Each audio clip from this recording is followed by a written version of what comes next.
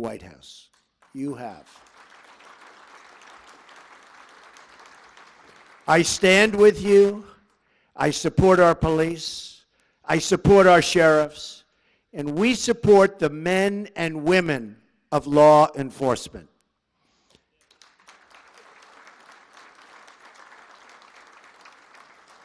Right now, many communities in America are facing a public safety crisis. Murders in 2015 experienced their largest single-year increase in nearly half a century. In 2016, murders in large cities continued to climb by double digits. In many of our biggest cities, 2016 brought an increase in the number of homicides, rapes, assaults, and shootings. In Chicago, more than 4,000 people were shot last year alone, and the rate so far this year has been even higher. What is going on in Chicago? We cannot allow this to continue. We've allowed too many young lives to be claimed, and you see that. You see that all over. Claimed by gangs, and too many neighborhoods to be crippled by violence and fear. 60% of murder victims under the age of 22 are African American. This is a national tragedy, and it requires national action. This violence must end, and we must all work together to end it. Whether a child lives in Detroit, Chicago, Baltimore, or anywhere in our country, he or she has the right to grow up in safety and in peace. No one in America should be punished because of the city where he or she is born. Every child in America should be able to play outside without fear, walk home without danger, and attend a school without being worried about drugs or gangs or violence. So many lives and so many people have been cut short. Their potential, their life has been cut short. So much potential has been sidelined, and so many dreams have been shattered and broken, totally broken.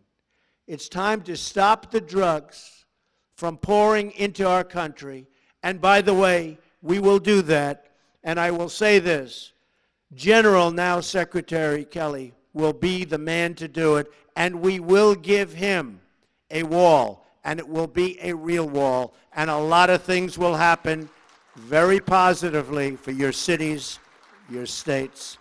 Believe me, the wall is getting designed right now. A lot of people say, oh, Trump was only kidding with the wall. I wasn't kidding. I don't kid. I don't kid. I watch this and they say I was kidding. No, I don't kid. I don't kid about things like that, I can tell you. No, we will have a wall. It will be a great wall, and it will do a lot of, will be a big help. Just ask Israel about walls. Do walls work? Just ask Israel. They work, if it's properly done. It's time to dismantle the gangs terrorizing our citizens. And it's time to ensure that every young American can be raised in an environment of decency, dignity, love, and support. You have asked for the resources, tools, and support you need to get the job done. We will do whatever we can to help you meet those demands. That includes a zero-tolerance policy for acts of violence against law enforcement. We all see what happens. We all see what happens and what's been happening to you. It's not fair. We must protect those who protect us. The number of officers shot and killed in the line of duty last year increased by 56% from the year before. Last year in Dallas, police officers were targeted for execution. Think of this. Who ever heard of this? They were targeted for execution. 12 were shot and 5 were killed. These heroic officers died as they lived, protecting the innocent, rushing into danger, risking their lives for people they did not even know, but for people that they were determined to save. Hats off to you people. These slain officers are an eternal monument to all of the men and women who protect our streets and serve our public. We will not forget them, and we will not forget all of the others who made that final sacrifice in the line of duty. God has blessed our nation to put these heroes among us. Those who serve in law enforcement work long hours. You work long hours. I know so many sheriffs, so many chiefs, so many police. You work long hours and dangerous hours oftentimes in difficult conditions and for not that much pay relative to what you're doing. They do it because they care. We must work with them, not against them. They're working against you. For many years, they've been working against you. We must support them, not undermine them. And instead of division and disunity, and which is so much disunity, we must build bridges of partnership and of trust. Those who demonize law enforcement or who use the actions of a few to discredit the service of many are hurting the very people they say that they want to help. When policing is reduced, crime is increased, and our poorest citizens suffer the most. And I see it all the time. When the number of police goes down, crime goes up. To build needed trust between law enforcement and the communities they serve, it is not enough for us to merely talk to each other. We must listen to each other. All of us share the view that those in uniform must be held to the highest possible standard of conduct. So important. You are the role models to young Americans all across this country, many of whom want to go into law enforcement, many of whom want to be a sheriff or a police chief, many of whom. They have great respect for you, tremendous respect. You don't even realize it, but I will tell you, they have great respect and admiration for the people in this room and the people that you represent. And don't let anyone ever tell you different. Don't let the dishonest media try and convince you that it's different than that, because it's not.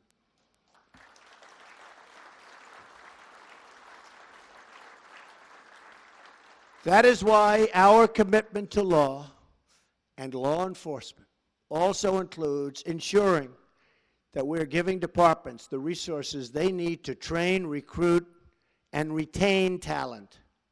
As part of our commitment to safe communities, we will also work to address the mental health crisis. Prison should not be a substitute for treatment. We will fight to increase access to life-saving treatment to battle the addiction to drugs, which is afflicting our nation like never, ever before, ever.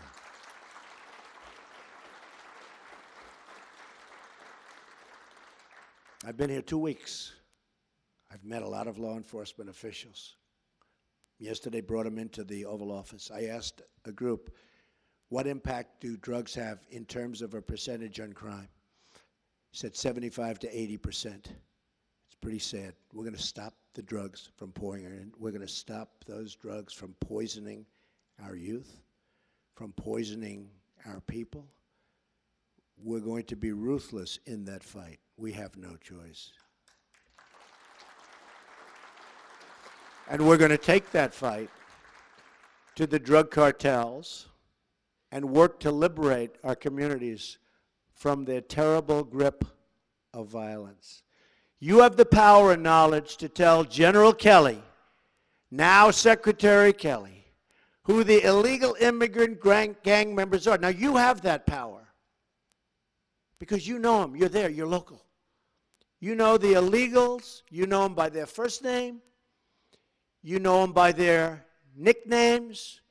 You have that power. The federal government can never be that precise, but you're in the neighborhoods. You know the bad ones, you know the good ones. I want you to turn in the bad ones. Call Secretary Kelly's representatives, and we'll get them out of our country and bring them back where they came from, and we'll do it fast.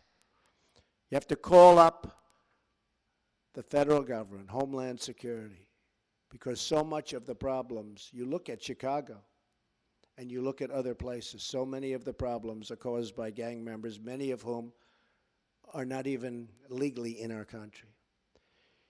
And we will work with you on the front lines to keep America safe from terrorism, which is what I began this with.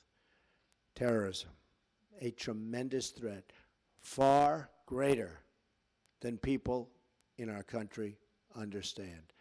Believe me, I've learned a lot in the last 2 weeks, and terrorism is a far greater threat than the people of our country understand. But we're going to take care of it. We're going to win. We're going to take care of it, folks. Let today be the beginning of a great national partnership. Let today serve as a great call to action. And let this moment represent a new beginning in relations between law enforcement and our communities. I want you to know the American public totally stands with you. I want you to know the American people support you. I want you to know how proud we are, truly proud to know you. We applaud your efforts. We thank you for your service. And we promise that you will always find an open door at the White House, an open invitation to our great cops and sheriffs nationwide. They're great people. You are great people. Thank you. God bless you, and God bless America. Thank you very much. Thank you. Thank you, everybody.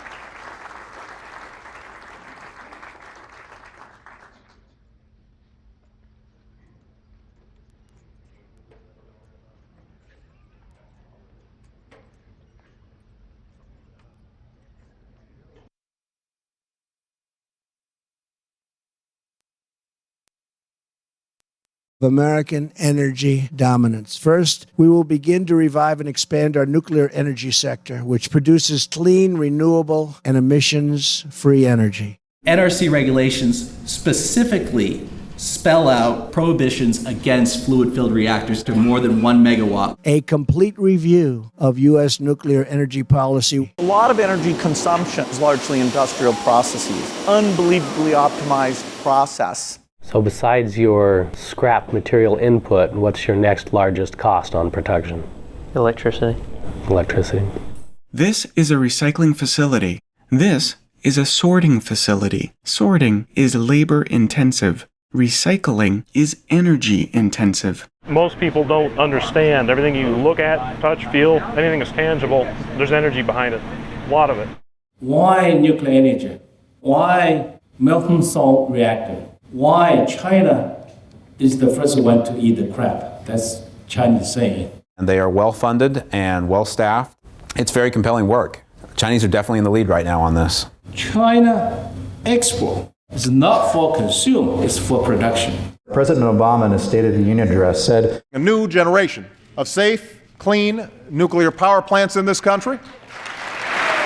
And both sides of the aisle, Republicans and Democrats, stood up like he saluted the military. We're all at Oak Ridge. The morning that we showed up, one of the Oak Ridge guys came in with an announcement from the Chinese Academy of Science. We are going to do this. We're going to own the IP. So you would think our government would say, maybe you shouldn't keep giving away this information. The current system incentivizes reactor designers to develop their first projects outside of the United States. It's going to preclude us from certain countries until they come to their senses. We do feel that we have a competitive advantage by pursuing this technology in Canada. China is, India is, the Czech Republic bought FLIBE for pennies on the dollar from Oak Ridge National Laboratories. We basically gave it away. There is no way for us to move beyond the laboratory scale work that we're currently doing. We want more than anything to do this in the U.S. How is it that China will deliver this system and not the U.S.?